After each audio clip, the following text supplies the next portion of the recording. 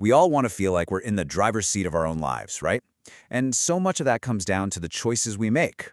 But how can you be sure the choices you're making are actually yours? So today, we're going to break down the hidden forces that can kind of nudge us in directions we never meant to go. And most importantly, how to grab the wheel and take back control. I mean, really think about it for a second. Have you ever walked away from a conversation or a store or even just a website and had that sinking feeling like, why did I just agree to that? Deep down you wanted to say no. Or maybe you bought something you totally didn't plan on buying, just because it suddenly felt like you absolutely had to have it. Well, that feeling, that's no accident. That feeling is the result of a hidden influence at play. And it's so important to understand what it is and what it isn't, so we can start to see it for what it really is. Okay, let's get this straight because this is a biggie. We're influenced all the time. And you know what? That's not always a bad thing. That's called persuasion. It's open, it's honest, it respects your right to choose. When a friend makes a passionate case for their favorite movie, they're persuading you. But manipulation, that's its darker cousin. It's all about a hidden motive. It's deceptive and it's designed to steer your feelings so that you act in their best interest, not yours. It doesn't want a fair discussion. It wants to win before you even realize you're playing a game. So here's the bottom line. Manipulation is the hidden art of making you think their idea was your idea. It works best when you have no clue it's even happening, making you feel completely logical about a decision that actually serves someone else. So how do they pull this off? Well, it's not random. Manipulators aren't just making this stuff up on the fly. They rely on a well-established playbook of psychological tactics. These are the classic moves that have been studied for decades. And it all pretty much boils down to 6 core principles. Just 6. 6 fundamental triggers that are so deeply wired into our human nature that I promise you, once you learn to spot them, you are going to see them absolutely everywhere.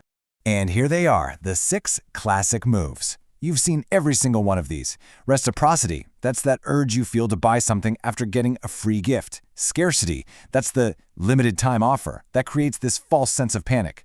We're wired to trust authority, which is why a celebrity endorsement works so well. Social proof is all about the power of the crowd. You know, if a product has thousands of 5-star reviews, it must be great, right? We are way more likely to say yes to people we like, which is why a charming salesperson can be so dang effective.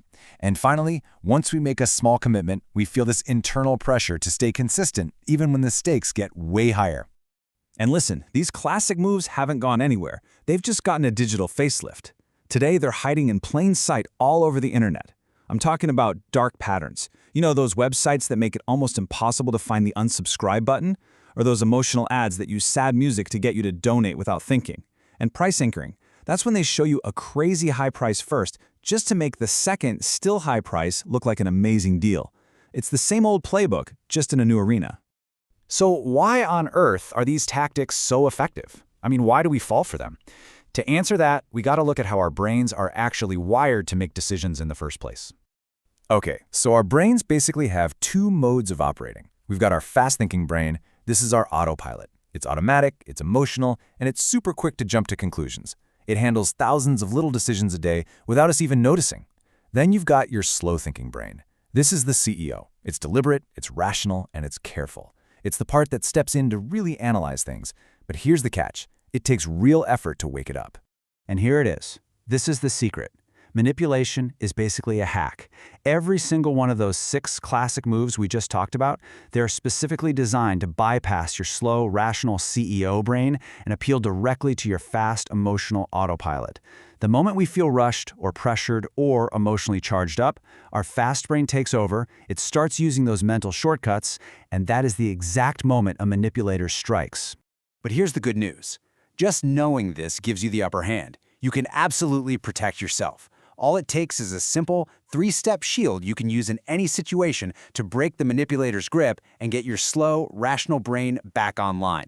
And here it is. So simple. Pause, ask, and check. First, you just pause. That one simple act shuts down all that fake urgency that manipulators love to create. Second, you ask. A single good question can force their hidden motive right out into the open.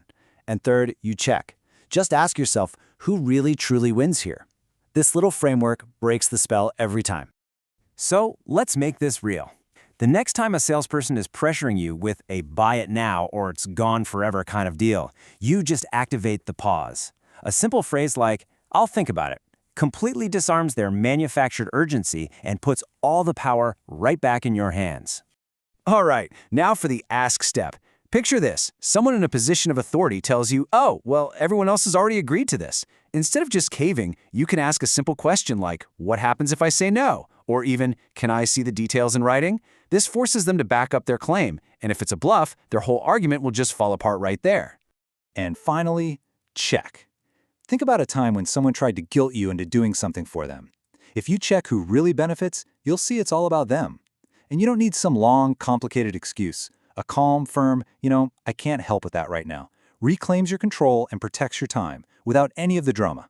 Now look, this is so important to remember. Not all influence is bad.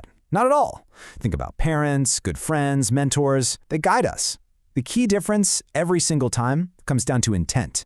Good influence is transparent, and it's meant to help you. Manipulation is hidden, and it's designed to use you. Just knowing that helps you figure out when to listen up and when to walk away. So, knowing all this stuff is incredibly powerful, but turning that knowledge into a habit, that, my friends, is true freedom. Start small. The next time you see a tempting sign up now offer, just pause for 2 seconds. When someone asks for a big favor, ask one quick clarifying question. The more you practice this, the more automatic your defenses become, and pretty soon you'll be spotting manipulation from a mile away. At the end of the day, manipulation only works when it stays in the dark. By understanding how it works, you've already flipped on the light switch. So I'll leave you with this question to chew on.